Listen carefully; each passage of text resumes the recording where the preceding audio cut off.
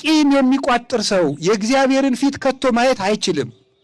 የፈለገ በዓሉን ከአንድ ቀን ወደ 30 ቀን ብናራዝመው እንኳን ቂም በጣም ክፉ ነው። ነቅለን መጣል ያለብን እሱ ነው። ተንኮል ክፉ ነው። በቀል ክፉ ነው። እባብ ከነመርዙ ውሃ ቢጠጣ ተቀላቅሎ ይገለዋል ይባላል። ጸሎት እየጸለዩ ቂም መያዝ መልሶ ጸሎቱ መጥፊያ ይሆናል። ልንገራችሁ፣ እንዲያውም ቂም ይዞ ጸሎት የሚጸልይ ሰው ምንድን የሚያደርገው? ቂም ይዞ ሳይታረቅ የሚጸልይ ሰው ጸሎቱ ቤተ ክርስቲያን ውስጥ ለቆመ ለአንድ ሰው ነው የሚሆነው።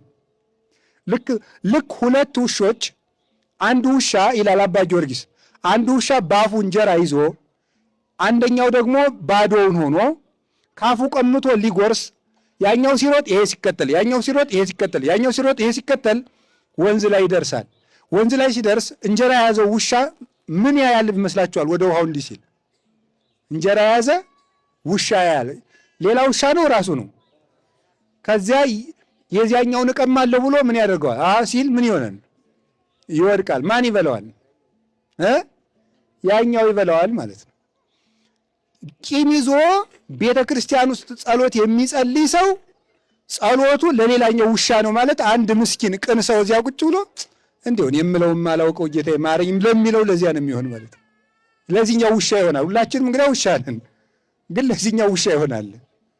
እንደዚያ እንዳይሆን ቂማችን አውልቀን ስንተው አዲስ ሰው እንሆናለን።